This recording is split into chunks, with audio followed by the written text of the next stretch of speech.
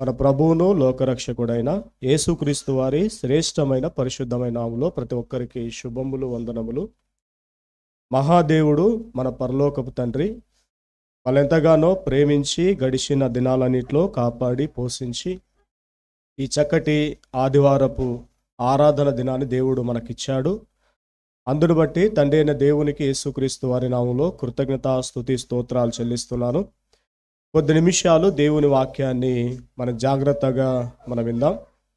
Christmas సందేశాలు అనేకముగా ఉన్నప్పటికీ వాటిలో ప్రతి సంవత్సరము మరి కొన్ని అంశాలను మనము అధ్యయనం చేస్తూ నేర్చుకుంటూ వస్తున్నాం. అందులో మరొక అంశాన్ని ఈరోజు మనము అధ్యయనం చేయబోతున్నాం. అదే మీరు స్క్రీన్ మీద చూస్తున్న అంశం, ఐగుప్తులో యేసుక్రీస్తు.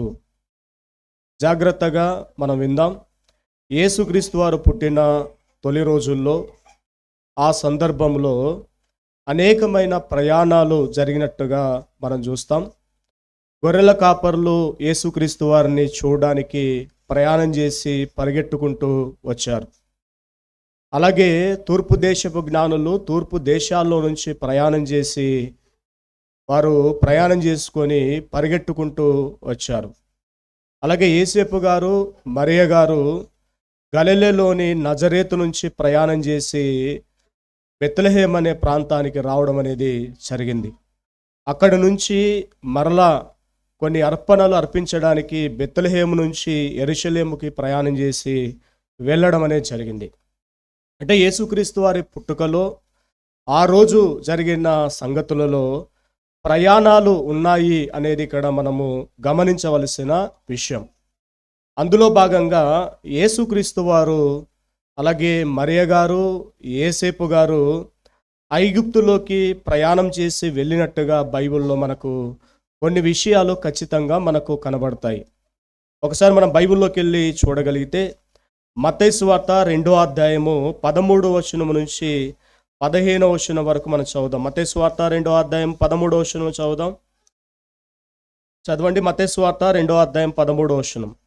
వారు వెళ్ళిన తర్వాత, అనగా తూర్పు దేశపు జ్ఞానులు వారు ప్రయాణమై వెళ్ళిపోయిన తర్వాత, ఇదిగో ప్రభుదూత స్వప్నమందు యేసేపునకు ప్రత్యక్షమై, హేరోదు ఆ శిశువును సంహరింపవలని ఆయనను వెదకబోచున్నాడు కనుక నీవు లేచి ఆ శిశువును ఆ తల్లిని యేసేపు వెంటబెట్టుకొని ఐగుప్తునకు పారిపోయి నేను నీతో తెలియజెప్పు వరకు అక్కడనే ఉండమని అతనితో చెప్పాను.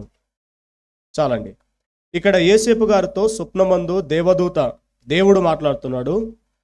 ఏం మాట్లాడుతున్నాడు అంటే, మీరు అర్జెంటుగా మీరంతా ముగ్గురు, నీవు, నీ భార్య అయిన మరియ, అలాగే మరియ గారికి పుట్టిన ఆ శిశువు అనగా యేసుక్రీస్తుని, మీ ముగ్గురు ఐగుప్తు దేశంలోకి వెళ్ళిపోండి అని ఇక్కడ ప్రభుదూత మాట్లాడుతుంది. ఆ తర్వాత వారు ప్రయాణమై వెళ్ళిపోతున్నట్టుగా మనం చూస్తాం.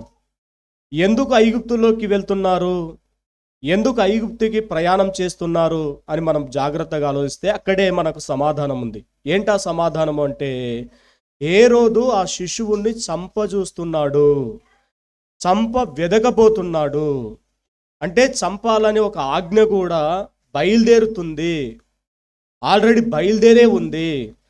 బెత్లెహేములో ఆ చుట్టుపక్కల గ్రామాల్లో ఉంటున్న వారందరూ 2 సంవత్సరాల లోపు ఉంటున్న పిల్లలందరినీ కూడా చంపేయమని ఒక ఆజ్ఞ అనేది బయలుదేరింది. సైనికులు కూడా బయలుదేరారు చంపడానికి.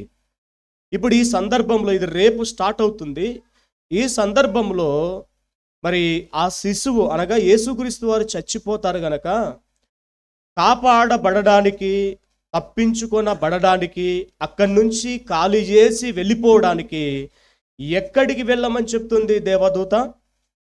ఐగుప్తు దేశానికి. ఎక్కడికి? ఐగుప్తు దేశానికి. మన బైబిల్ చదువుతున్నప్పుడు ఐగుప్తు దేశానికే ఎందుకు వెళ్ళమని చెప్తుంది అంటే, దీనికి సమాధానము పాత నిబంధనలో కూడా ఉంది. ఏంటా సమాధానం చెప్పండి తెలిసిన వారు? అక్కడే ఇచ్చినాం కదా రిఫరెన్స్, అది కూడా చూసి చెప్పలేరా కదా? ఒక ప్రవచనం ఉంది, చదువుదాం. హోషేయ గ్రంథం వాక్య విషయంలో చాలా ఫాస్ట్గా ఉండాలి. తినేటప్పుడు కానీ ఎప్పుడైనా కానీ లేటుగా ఉండొచ్చేమో, కానీ వాక్య విషయంలో మాత్రం బ్రెయిన్ చాలా షార్ప్గా ఉండాలి. ఏం చెప్తున్నారు, ఎందుకు చెప్తున్నారు, ఎక్కడ ఉంది, ఇది చాలా ప్రయోజనమైంది. కాబట్టి చూద్దాం. హోషేయ గ్రంథం 11వ అధ్యాయము 1వ వచనం. ఇశ్రాయేలు బాలుడై ఉండగా నేను అతని ఎడల ప్రేమ కలిగి నా కుమారుని ఐగుప్తులో నుండి పిలిచి తిని అంటున్నాడు. అక్కడే 14వ వచనము 15వ వచనంలో, మత్తయి సువార్త 2వ అధ్యాయం 14-15వ వచనంలో అది నెరవేర్చబడవలనని, ఇలాగూ జరగాలని వారు బయలుదేరి వెళ్ళిపోయారు అనేది కూడా మనం అక్కడ చూస్తున్నాం. అంటే ఒక ప్రవచనం అనేది నెరవేరబడాలి కాబట్టి ఐగుప్తులోకి వెళ్ళారు. అది మనకు దొరికే సమాధానం కదా, అది మనకు బైబిల్ చెప్పే సమాధానం. అయితే ప్రవచనం అనేది దేవుడు భవిష్యత్తులో జరుగుతాదని ముందుగానే ఆయన చూసి చెప్పాడు, వ్రాయించాడు. అయితే ఐగుప్తులోనే ఆయన రావాలని లేదా ఐగుప్తులోకే వస్తాడని ఎందుకు ప్రవచనం చెప్పాడు అని అక్కడికి వెళ్ళి ఆలోచన చేస్తే మన దగ్గర సమాధానం ఉండదు. మత్తయి సువార్త 2వ అధ్యాయం 13-15 వచనాల్లో రాయబడిన సందర్భాన్ని బట్టి మనం అక్కడ ఎందుకు వెళ్ళారు అంటే ఒక సమాధానం చెప్తాం. ఏంటి అంటే ప్రవచనం ఉంది గనక వెళ్ళారు అని. రెండోది మనం చెప్తాం ఎందుకంటే హేరోదు చంపుతున్నాడు గనక వెళ్ళారు అని. నేను అడుగుతున్నాను, ఐగుప్తులోకే ఎందుకు వెళ్ళారు అంటే మనం అంటాము ప్రవచనం ఉంది గనక అని. అసలు దేవుడు ప్రవచనం చెప్పేటప్పుడే, ప్రవచనం రాయించేటప్పుడే ఐగుప్తు కాకుండా మరొక దేశం గురించి ఎందుకు ప్రస్తావించలేదు అని ప్రశ్న వేస్తే మన దగ్గర సమాధానం లేదు. ఉందా సమాధానం? లేదు. కానీ దేవుడు ఎందుకు ఐగుప్తులోనే ఉండాలి అని, ఐగుప్తు నుంచి ఆయన కుమారుని పిలిచాలని ఎందుకు ప్రవచనం చెప్పాడంటే దీనికి చాలా చరిత్ర ఉంది. మనకు టైం లేదు. దీనికి చాలా చరిత్ర ఉంది. ఎందుకు అంటే ఆనాటి కాలంలో బెత్లెహేము, యెరూషలేము, కనాను, పాలస్తీనా దేశము, ఈ ప్రాంత దేశం మాత్రమే కాకుండా, ఐగుప్తు దేశం మాత్రమే కాకుండా చాలా అనేక దేశాలు ఉన్నాయి. మన దేశం కూడా, భారతదేశం అప్పటికి ఉంది. ఇన్ని దేశాలు ఉన్నప్పటికీ ఆ దేశాలకు వెళ్ళమని చెప్పకుండా లేదా ప్రవచనం చెప్పించకుండా, వ్రాయించకుండా ఐగుప్తుకే వెళ్ళాలి, ఐగుప్తు నుంచే నా కుమారుని పిలవాలని ఎందుకు ఆయన ప్రవచింపజేశాడు అంటే దీనికి చాలా చరిత్ర ఉంది. ఏమంటే ఈ గలిలియా ఆనుకొని సిరియా దేశం ఉంది. ఈ గలిలియా ఆనుకొని సిరియా దేశం ఉంది.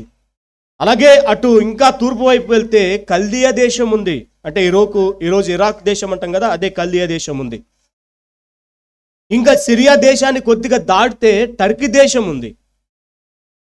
అలాగే ఈ జోర్దాన్ నది, ఈ జోర్దాను ఆ ప్రాంతం ఇటు దాటి దక్షిణ ప్రాంతానికి, అటువైపు ఈశాన్య ప్రాంతానికి వెళ్ళిపోతే ముస్లింల దేశాలు ఉన్నాయి.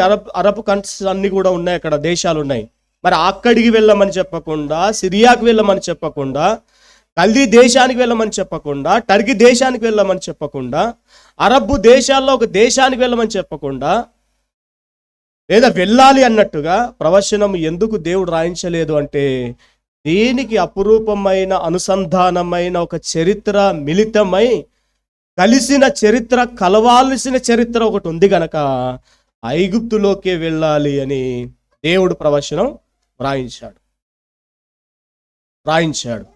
ఇంకా మనం జాగ్రత్తగా ముందుకెళ్ళి ఆలోచిస్తే ఐగుప్తులోకే వెళ్ళితే ఆనాడు ఏరో దినముల్లో జరిగిన సంఘటనలను బట్టి, చరిత్రను బట్టి, దేశాలను బట్టి, పరిస్థితులను బట్టి, అక్కడ ఉంటున్న వాతావరణం బట్టి చాలా జాగ్రత్తగా మనం ఆలోచన చేస్తే, క్రైస్తవ చరిత్రకారుల ప్రకారంగా మనం ఆలోచన చేస్తే అక్కడుంటున్న మిగతా దేశాల్లో పరిస్థితులు తన కుమారునికి బాగుగా లేవు. అందుకోసమే ఐగుప్తు దేశానికి ఆయన రావాలి అని, వెళ్ళాలి అని ప్రవచనం అనేది వ్రాయించాడు లేదా ప్రవచింప చేశాడు. ఆ విధానంలోనే జరుగుతుంది. చాలా ఫాస్ట్గా వెళ్ళిపోదాం, అవన్నీ కూడా మాట్లాడుకోవడానికి టైం లేదు గనక ఇక్కడ ఈ వచనంలో 2వ అధ్యాయం మత్తయి సువార్త 15వ వచనం, ఈ 15వ వచనం, 2వ అధ్యాయం 15వ వచనంలో పారిపోయిరి అనే మాట కనబడుతుంది చూడండి. ఆ మాట నన్ను చాలా ఇబ్బంది పెట్టింది. ఎందుకు అంటే అక్కడ పుట్టింది ఎవరు? లోకాలను కలిగించిన లోకరక్షకుడు. లోకరక్షకుని పట్టుకొని తల్లిదండ్రులు ఐగుప్తునకు ఎలాగ నెమ్మదిగా వెళ్తున్నారా, ప్రశాంతంగా వెళ్తున్నారా, అన్ని సర్దుకొని వెళ్తున్నారా అంటే అక్కడ రాయబడిన మాట పారిపోయిరి. ఇంకా ఇండైరెక్ట్గా మనం మాట్లాడుకుంటే దేవుడు పారిపోతున్నాడు. ఏంటది? దేవుడు పారిపోతున్నాడు. ప్రేమ దేవుని వాళ్ళరా, అంటే సందర్భం, సిచ్యువేషన్ ఎంత భయానకంగా ఉందో, ఎంత బాధాకరంగా ఉందో, ఉండలేని పరిస్థితి ఉందో అనేది మనం ఇక్కడ ఆలోచన చేయాలి.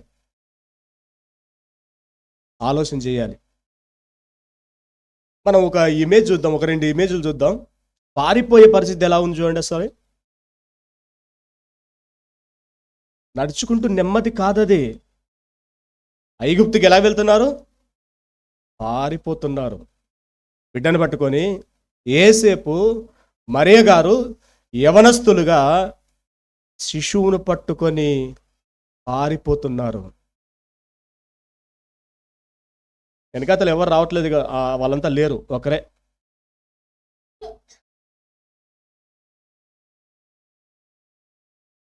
ఇవన్నీ జరిగాయా క్రిస్మస్లో? అవును.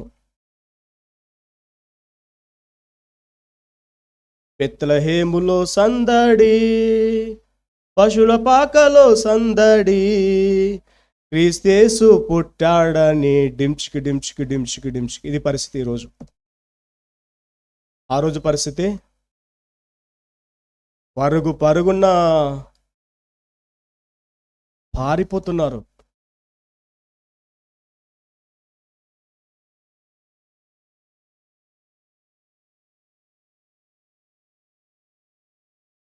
ఎక్కువ బ్యాగులేమి లేవు వాళ్ళ దగ్గర, ఉన్నాయా? కేవలం ప్రజా సంఖ్యలో వాళ్ళ పేర్లు రాయించుకోవడానికి వచ్చారు. బెత్లెహేం అనే ప్రాంతానికి, వాళ్ళ సొంత ఊరికి అక్కడికి వచ్చి ఇరుక్కుపోయారు. అక్కడి నుంచి మరొక ప్రయాణం అనేది ఇక్కడికి జరుగుతుంది చూడండి.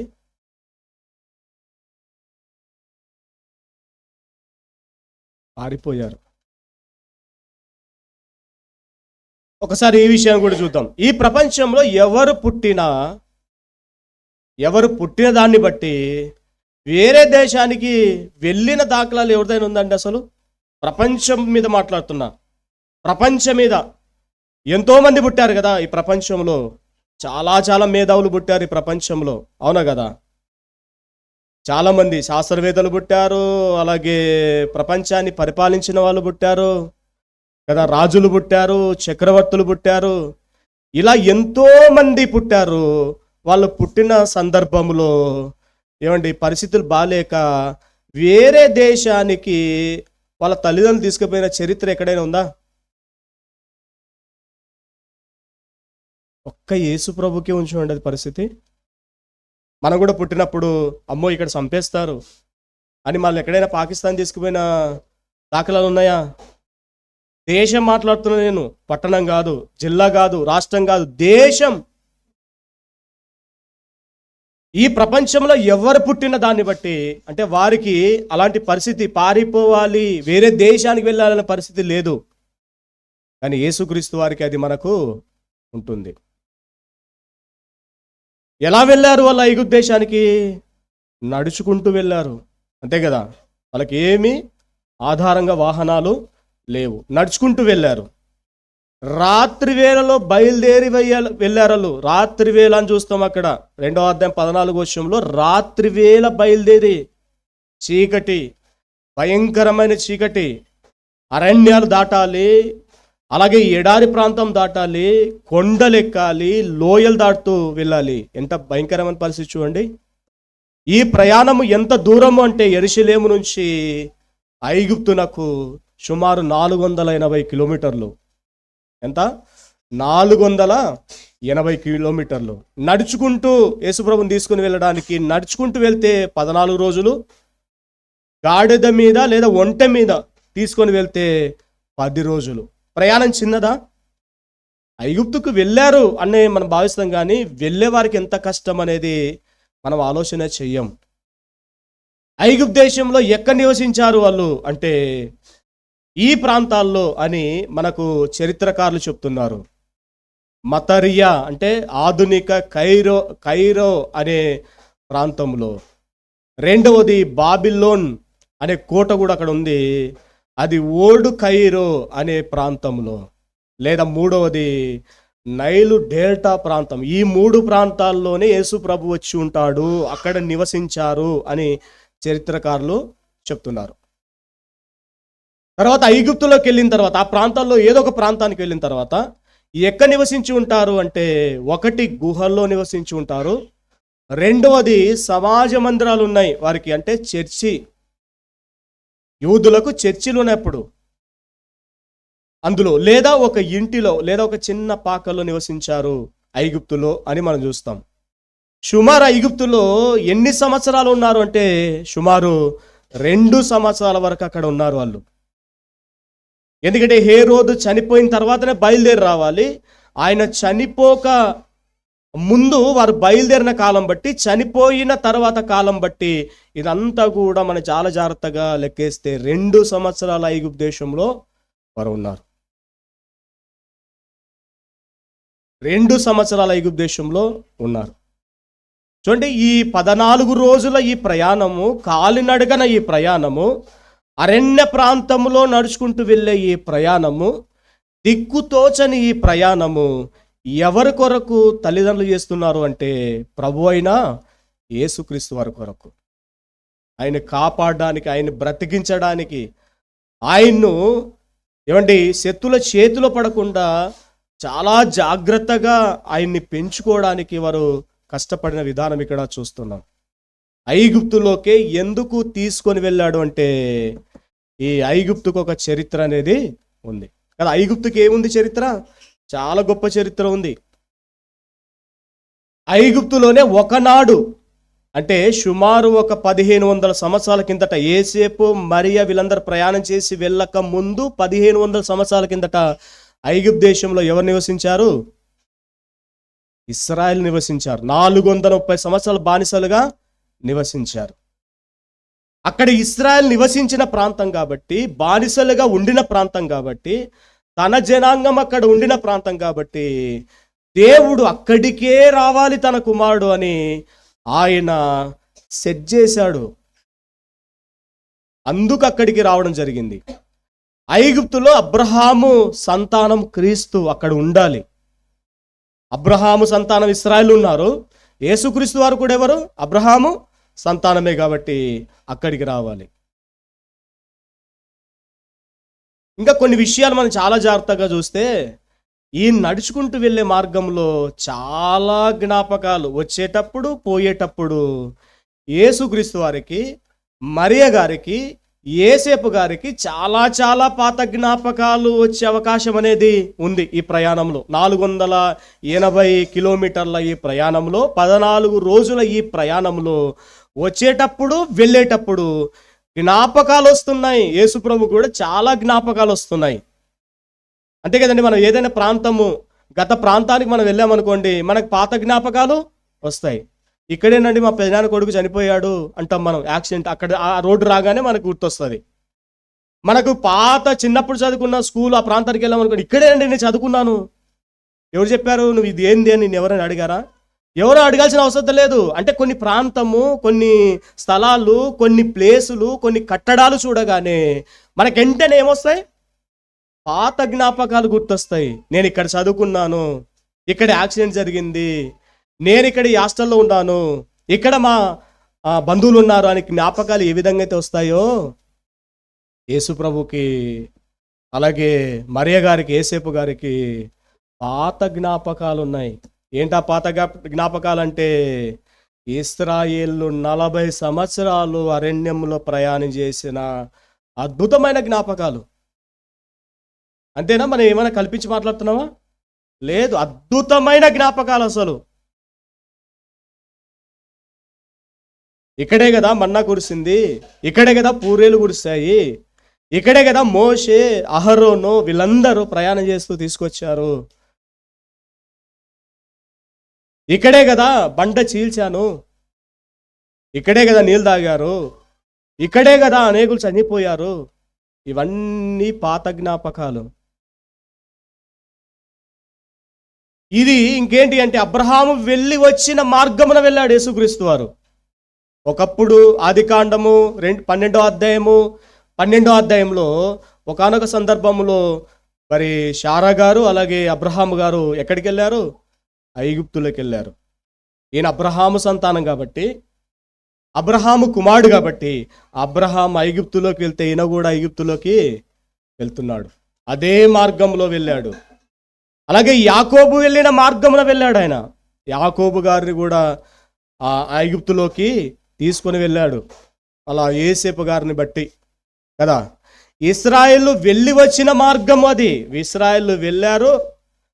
యోసేపు ద్వారా 70 మంది ఇశ్రాయేలు వెళ్ళారు ఆ మార్గంలో. మరలా 6 లక్షల మంది తిరిగి అదే యెరూషలేముకు వారు వచ్చారు. యోసేపు వెళ్ళిన మార్గంలో వెళ్ళాడు ఆయన. అలాగే ఇర్మియా గారు వెళ్ళిన మార్గంలో వెళ్ళి వచ్చాడు. ఒకానొక సందర్భంలో ఇర్మియా గారిని కూడా ఆ ఐగుప్తులోకి తీసుకొని వెళ్తారు. ప్రేమైన దేవుని వాళ్ళరా, కాబట్టి ఇవన్నీ కూడా మనం ఆలోచన చేయాలి. ఐగుప్తులో యేసుక్రీస్తు అంటే అన్యజనుల మధ్య, అలాగే భయంకరమైన విగ్రహాలను జరిగే ఆ ప్రాంతంలో ఆయన నివసించినట్టుగా మనం చూస్తాం. ఇంకా కొన్ని లింకులు మనం చూడగలితే, సన్నివేశాలు చూడగలితే, మోషే ఫరోకు భయపడి ఎక్కడికి వెళ్ళాడు? ఐగుప్తు నుంచి పారిపోయాడు ఫరోకు భయపడి. యేసుక్రీస్తు ఎలాగుందంటే హేరోదు రాజుకు భయపడి ఐగుప్తుకి వెళ్ళాడు. అక్కడ పారిపోవడమే, ఇక్కడ పారిపోవడమే. అక్కడ చనిపోయే పరిస్థితి, ఇక్కడ చనిపోయే పరిస్థితి. ద్వితీయోపదేశకాండ 18వ అధ్యాయం 18వ వచనం చెప్పిన మాట ఏంటంటే, మోషే గారు నా వంటి ప్రవక్తను మీ సహోదరులు మీ కొరకు పుట్టించును. అంటే నాకు జరిగినట్టుగానే ఆయనకు జరుగుతుంది అన్నట్టుగా మనం ఇక్కడ చూస్తున్నాం. చూడండి, ప్రవచనం ఎందుకు రాయించాడంటే ఇవన్నిటితో సంబంధం అనేది ఉంది. ఫరో చనిపోయిన తర్వాత మోషే ఐగుప్తుకి వెళ్ళాడు. అది 2వ అధ్యాయం నిర్గమకాండంలో చూస్తాం. నన్ను చంపే ఫరో చనిపోయిన తర్వాతనే ఐగుప్తుకి మోషే వెళ్ళాడు. హేరోదు రాజు చనిపోయిన తర్వాతనే యేసుక్రీస్తు వారు యెరూషలేమునకు వెళ్ళాడు. ఇది ఇంకా చాలా ప్రాముఖ్యమైనది. నూతన యెరూషలేమైన పరలోకం నుంచి, పరలోకాన్ని కూడా నూతన యెరూషలేం అని చెప్పబడింది బైబిల్లో. నూతన యెరూషలేమైన పరలోకం నుంచి భూమి అనే ఐగుప్తులోకి యేసుక్రీస్తు వారు వచ్చాడు. ఐగుప్తు లాంటి పరిస్థితులు ఈ భూమి మీద, అంత అన్ని జనాంగాలు, అన్ని చెడిపోయిన పరిస్థితులు. ఈయన యెరూషలేము నుంచి ఐగుప్తుకి వెళ్ళాడు భౌతికంగా, కానీ ఆత్మీయంగా మనం చూస్తే నూతన యెరూషలేములో నుంచి భౌతికమైన ఐగుప్తులోకైనా రావడం అనేది జరిగింది. ప్రేమ దేవుని వల్ల చాలా విషయాలు మనకు కనబడుతున్నప్పటికీ ఈ ఒక్కటి మాత్రం చూసుకొని ముగించుకుందాం, టైం లేదు కదా. చూడండి, ఇవన్నీ మనం తెలుసుకుంటున్నప్పుడు ఐగుప్తులోకి వెళ్తే ఏంటి, ప్రయాణం చేస్తే ఏంటి, ప్రవచనం అంటే ఏంటి, ఇవన్నీ అని ఆలోచిస్తున్నప్పుడు ఇందులో మనం తెలుసుకోవాల్సిన నీతి ఏంటి అంటే చూస్తున్నాం. యోసేపు మరియా దేవుడు చెప్పింది చేశారా లేదా? వాళ్ళు వెంటనే చేశారు. మన పరిస్థితి ఏంటి? దేవుడు మనకు చెప్పింది మనం చేస్తున్నామా? మరియా యోసేపు గారు వాళ్ళ గురించి వాళ్ళ జీవితం చూస్తే అసలు వాళ్ళకి దేవుడు ఏ చెప్పినా, దేవదూత ఏ చెప్పినా, కళ ఏదొచ్చినా కూడా వాళ్ళు వెంటనే చేసేవాళ్ళు, వెంటనే చేసేవాళ్ళు. మన పరిస్థితి ఏంటంటే ఇంతవరకు హ్యాపీగా పోతుంది అనుకున్నాం బండి, కానీ మన దగ్గరికి వచ్చి ఆగింది. ఇప్పుడు మన పరిస్థితి ఏంటి? మనకి ఎన్నిసార్లు చెప్పాలి దేవుడు? ఎంతమందితో చెప్పించాలి దేవుడు? ఆత్మ ప్రేరేపణ ఎన్నిసార్లు మనకు చెప్పించాలి? మనం చెప్పింది చెప్పినట్టుగా చేస్తున్నామా అనేది ఒకసారి ఆలోచన చేయాలి. రెండవ చూస్తున్నాం, వారు కలలో చెప్పినది వెంటనే చేశారు. కలలో చెప్పినది మనకు దేవుడు ఎలా చెప్పిస్తున్నాడు? దేవుడు నీకు ఎంతో మందితో చెప్పిస్తున్నాడు. అలాగనే నీ చేతిలో ఏం పెట్టాడు? బైబిల్ పెట్టాడు. యేసేపుకి బైబిల్ ఇచ్చాడా? యేసేపుకి బోధకుడు ఉన్నాడా? బోధకులు ఉన్నారా? కల వచ్చింది, ఇది దేవుడే చెప్పాడని ఉన్న పాటున వెళ్ళిపోయారు. మనకు వారు చెప్పాలి, వీడు చెప్పాలి, ఆ పెద్దోళ్ళు చెప్పాలి, చిన్నోళ్ళు చెప్పాలి, చిన్నోళ్ళు ఇంకా చిన్నోళ్ళు చెప్పాలి. చేస్తున్నామా? వెంటనే చేస్తున్నామా? మూడవది, యేసుక్రీస్తు కొరకు పరాయి దేశానికి వెళ్ళారు. పరాయి దేశానికి వెళ్ళారు. మరి దేవుని కొరకు మనం ఏ ఊరికి వెళ్ళగలం? దూరం అండి, రాలేనండి, పనులున్నాయండి. వీళ్ళకి లేవా పనులు? అసలు వీళ్ళకి వివాహమైన సంతోషమే లేదండి, అసలు పెళ్ళైన సంతోషమే లేదండి భార్య భర్తలకు. విచిత్రం అసలు అది. ఎవరికైనా గొప్ప సంతోషం అంటే ఏ రోజు? పెళ్లి రోజు అండి. అదే లేకపాయా. ఊర్లు దాటుతున్నారు, దేశాలు దాటుతున్నారు, ప్రయాణమే, పరిగెట్టుకుంటూ వెళ్ళిపోతున్నారు. దేశానికన్నప్పుడు ఏమైనా ప్రశ్నించాడా యేసేపు? ఐగుప్తు దేశానికంటే ఐగుప్తు దేశానికే. యేసేపు ఎలా కనపడుతున్నాడు అంటే అబ్రహాంలా కనపడుతున్నాడు. అబ్రహాం, నేను చూపించి దేశానికి నువ్వు వెళ్ళాలి. 4 చూడండి, యేసు ప్రభువును కాపాడారు వాళ్ళు కలిసి. మరి యేసు ప్రభువును కాపాడుతున్నాం అంటే యేసు ప్రభు ఎక్కడున్నాడండి అంటాం మనం. ఆయన విలువలు, ఆయన స్వచ్ఛమైన బోధ, ఆయనకు సంబంధించిన సత్యవాక్యం, సంబంధించిన క్రైస్తవ్యం, ఆయన శరీరం అదే కదా సంఘం. ఆయన శరీరం, శరీరాన్ని కాపాడుతున్నామా? దేవుని కొరకు ఎంత దూరమైనా పోవాలనే మనసు ఉండాలి మనకు. త్యాగపూరితమైన మనసు ఉండాలి మనకు. లెక్కలు ఉండకూడదు దేవుని దగ్గర. 5వది, యేసుక్రీస్తుతో నిత్యము ఉన్నారు వాళ్ళు. పుట్టినప్పటి నుంచి యేసు ప్రభు సిలువలోకి ఎక్కేంత వరకు, లేదా యేసేపు గారు మరణించేంత వరకు ఎవరితో ఉన్నారు? యేసు ప్రభుతో ఉన్నారు. మన యేసు ప్రభుతో నిత్యం ఉంటున్నామా? ఆదివారం మాత్రమేనా? అప్పుడప్పుడు మాత్రమేనా? 6వది, యేసుక్రీస్తు కొరకు చాలా కష్టాలు పడ్డారు. ఇంకా కష్టాలు మనం వివరించలేం. చాలా కష్టాలు పడ్డారు. మనకి యేసు ప్రభుని అందించడానికి చాలా కష్టాలు పడ్డారు. మనము యేసుక్రీస్తు కొరకు కష్టాలు పడుతున్నామా? కష్టాలు లేకుండా బతుకుతున్నామా? దేవుని పని వచ్చింది అనుకోండి, అమ్మో దేవుని పనా, వాళ్ళు చేస్తారు, వీళ్ళు చేస్తారు, వీళ్ళు చూసుకుంటారు, వాళ్ళు చూసుకుంటారు, అది వాళ్ళది, మనది కాదు. కష్టాలంటే అస్సలు పడరండి. మళ్ళీ పాట ఏం పడతారంటే, ఎన్నెన్నో శ్రమలు భరించి మనము పరలోకం చేరాలిలే. మరి నవ్వొస్తుందండి ఆ పాట పాడేటప్పుడు. ఒక రకంగా బాధ కూడా వస్తుంది. ఎవరైనా ఒక మాట అంటే సహించలేం, మళ్ళీ ఎన్నెన్నో శ్రమలు సహించి పరలోకం పోవాలిలే. క్రైస్తవుడైనందుకు బాధనే అనుభవించి పరలోకం పోవాలిలే. బ్రతుకు బండికి సుఖ దుఃఖాలు, సుఖాలు, అన్ని సుఖాలే, దుఃఖాలు ఏముండవు. దేవుని కొరకు బాధలు పడాలి, దేవుని కొరకు కష్టాలు పడాలి, దేవుని కొరకు అవమానాలు పడాలి, దేవుని కొరకు అన్ని సహించాలి. సహించిన వాడే ధన్యుడు. చివరిది, దేవునితో ఏమీ మాట్లాడలేదు యేసేపు మరియా, వెంటనే వెళ్ళిపోయారు. వాళ్ళు ఎలాంటి వాళ్ళంటే అటు నుంచి అమెరికా కూడా వెళ్ళిపోతారా అంటే వెళ్ళిపోతారు. ఆ టైప్ అనమాట వాళ్ళు. చాలా దూరం అమెరికా అంటే, ఇంకా సముద్ర ప్రయాణం చేయాలా, అమెరికా కూడా వెళ్ళిపోతారా అంటే వెళ్ళిపోతారు. మనం చూడండి, దూరమా. ఇప్పుడు చిలకరిపేట చూడండి, మనం ఎట్లా ఉంటుందంటే పరిస్థితి మంది, కష్టమేలే. ఇంకా ఈ పనులు ఎవరు చేయాలి? అందరూ తమ సొంత కార్యములనే తెలుసు. అసలు వాక్యం తెలుసు, చెప్పాల్సిన అవసరం లేదు. కానీ హృదయానికి స్పందన లేదు. అంటే వాత వేయబడిన మనసాక్షి. అలా ఉన్నప్పుడు ఎన్ని క్రిస్మస్లు వస్తే ఏం ప్రయోజనం? అవునా కదా? ఎన్ని వచ్చినా ఏం ప్రయోజనం చెప్పండి? ఇదంతా ఉంటే మన వాళ్ళు చూడండి, ఇది ఒక్కటి ముగిస్తాను నేను. చదవాలి అందరూ.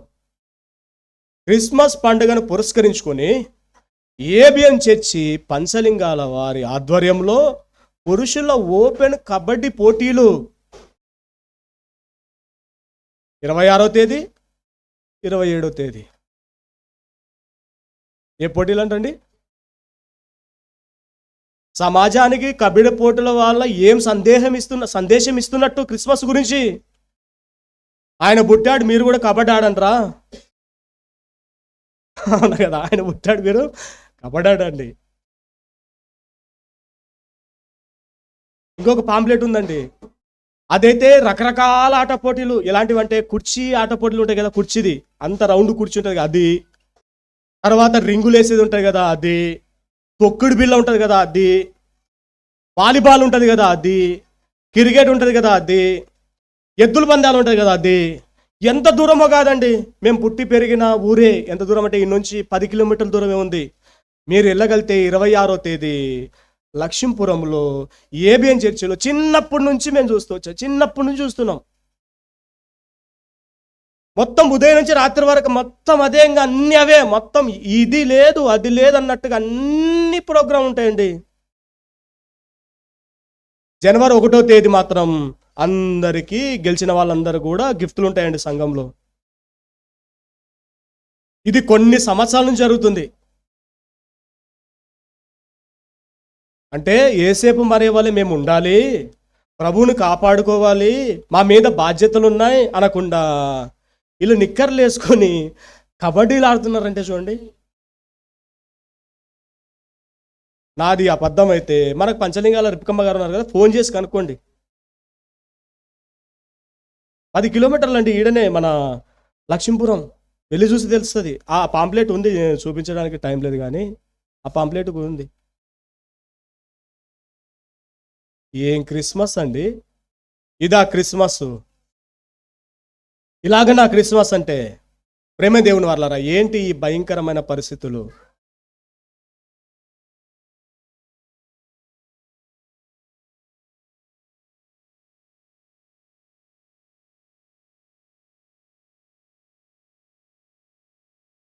ఇలాంటి గుడిసెలో వారు జీవించారండి. ఇలాంటి గుడిసెలో ఎవ్వరు లేరు, తన వారు ఎవ్వరు లేరు. యేసుప్రభు వాళ్ళిద్దరే. ఆ పాకలు చూడండి, ఆ వీధి చూడండి, ఆ పరిస్థితులు చూడండి ఎలా ఉన్నాయి.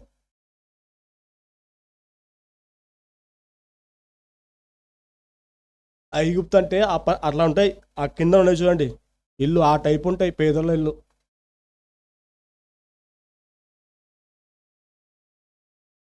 ఒంటెలు అటు సైడు.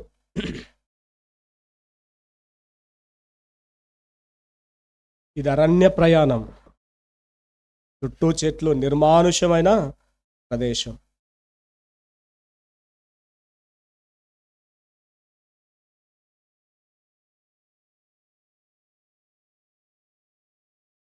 చింతలేదిక యేసు పుట్టెను వింత. Happy Christmas, merry Christmas. ఉద్యోగం రావాలని పాస్టర్ గారు ఏమంటారంటే హ్యాపీ క్రిస్మస్ గట్టిగా చెప్పండి, మేరీ క్రిస్మస్. ఎవ్వరికి వాక్యం ఎక్కదు.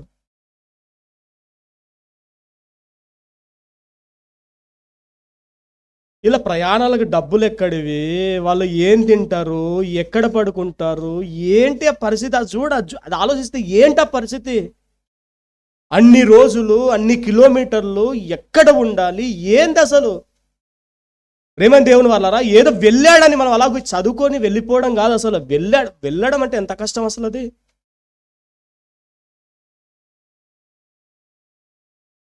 ఒక మాట చెప్పాలంటే ఆ చిన్న శిశువుని తీసుకొని, శిశువు అని రాయబడింది, శిశువుని తీసుకొని ప్రయాణాలు చేయకూడదు. యేసుప్రభు చచ్చిపోతాడు తెలుసా, యేసుప్రభు చచ్చిపోతాడు. దానికి ఎంత శ్రద్ధ తీసుకోవాలి, వాళ్ళు ప్రాణాన్ని పెట్టి బ్రతికించుకున్నారు యేసుక్రీస్తుని.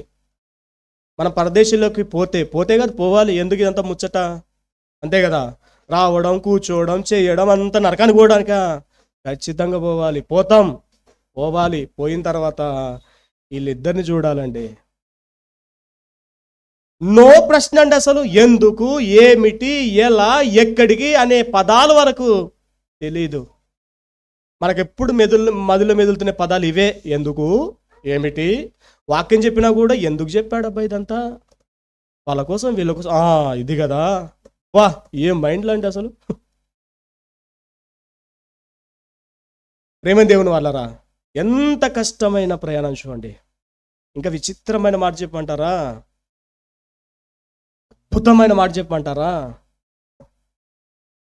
వివాహమైన యేసుప్రభు పుట్టిన ఇద్దరు దూరముగానే పరాయి వ్యక్తులుగానే శరీర ప్రకారంగా కలవకుండా భార్య భర్తలము అన్న ఒక స్నేహము లేదంటే అన్యోన్య సహవాసమే లేకుండా వారి ప్రయాణంలో కొనసాగారంటే ఏంటి అసలు అది? ఏంటి అసలు అది? పాపము చేయడానికి అది కూడా అవకాశం కాదు, కానీ కేవలం వాళ్ళ ధర్మాన్ని కూడా నెరవేర్చుకోవడానికి కూడా అవకాశం ఉన్నా కూడా దాని పక్కన భార్య భర్తలు కలవకుండా బతికారంటే యేసుప్రభు కోసం ఒకసారి ఆలోచించాలి. ఇప్పుడు భక్తులను చూడాలి, పెళ్లి కాకముందే చెడిపోవడం, పెళ్ళైనా చెడిపోవడం క్రైస్తవ్యంలో లేదా? చూపులు చెడు, ఆలోచనలు చెడు, మాటలు చెడు, రహస్యంగా చాటింగులు, మళ్ళీ అన్నీ కూడా డిలీట్ చేసుకోవడాలు. వాళ్ళు చూడండి, అద్భుతం అండి అసలు. మరలా తిరిగి నజరేతులోకి ప్రవేశించేంత వరకు జరగవలసిన ధర్మ కార్యక్రమానికి దూరంగానే ఉన్నారు. ఎన్ని సంవత్సరాలు అంటే దాదాపు ఒక 6 సంవత్సరాలు. మా ఆవిడ పిలుస్తుందంటే పోవాలి, మా ఆయన పిలుస్తున్నాడంటే పోవాలి, వయసు అయిపోతుందంటే పెళ్లి చేసుకోవాలి. ప్రేమ దేవుని వాళ్ళరా, ఒక భక్తి జీవితము, బైబిల్ నేర్పించే విధానము, ఇవన్నీ చూస్తే మనిషికి ఏదో కలుగుతుందండి. క్రిస్మస్ అనగానే స్పందించేటట్టుగా ఉన్నాయి ఆయన వర్తమానాలు, అవునా కదా? అద్దరిపోయే మాట అసలు అది. 6 సంవత్సరాల వరకు భార్య భర్తలుగా కాకుండా వేరే పరాయి వారిగా, ఒక మాటలో చెప్పాలంటే సహోదరుడు సహోదరిగానే వాళ్ళు ఉన్నారు. అంటే ఎంత వ్యత్యాసమైంది పరిస్థితి అది అసలు.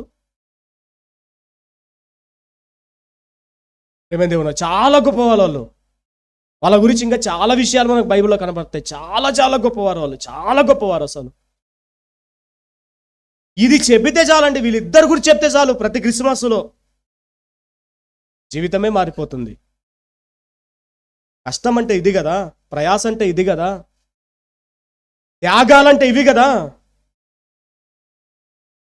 భోజనాలు ఉండవు, పడుకోవడాలు ఉండవు, బట్టలు ఉండవు, ఎక్కడుండాలో తెలీదు.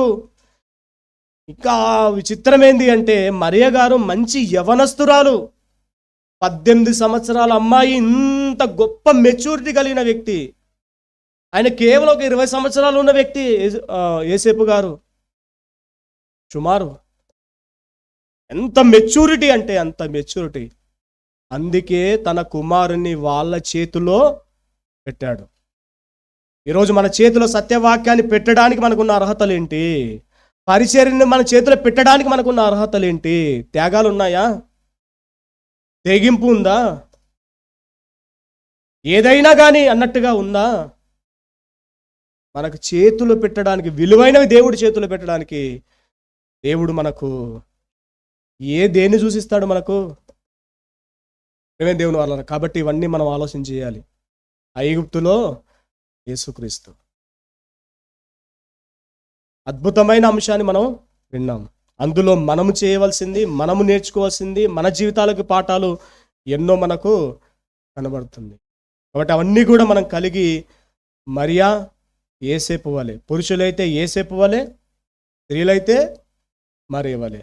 నాకు పెళ్లి కాలేదండి అని చెప్పకూడదు. వాళ్ళకి పెళ్ళైనా కూడా పెళ్లి కానట్టే ఉన్నారని చెప్పాను నేను. మాకు పెళ్ళైంది అనుకోండి, పెళ్ళి అయినట్టుగానే అనుకోండి కదా. ఆ భక్తి ఇక్కడ కనపడాలి, ఆ భక్తి ఇక్కడ కనపడాలి. ప్రేమ దేవుని వల్ల అలాంటి వారిగా మనం ఉందాం. ఈ ఇద్దరిని చూడడానికైనా మనం పరదేశంలోకి కష్టపడి వెళ్దాం. మన మీద ఉన్న బాధ్యతలు మనం నెరవేర్చేవారిగా మనం ఉందాం. ప్రార్థన చేద్దాం.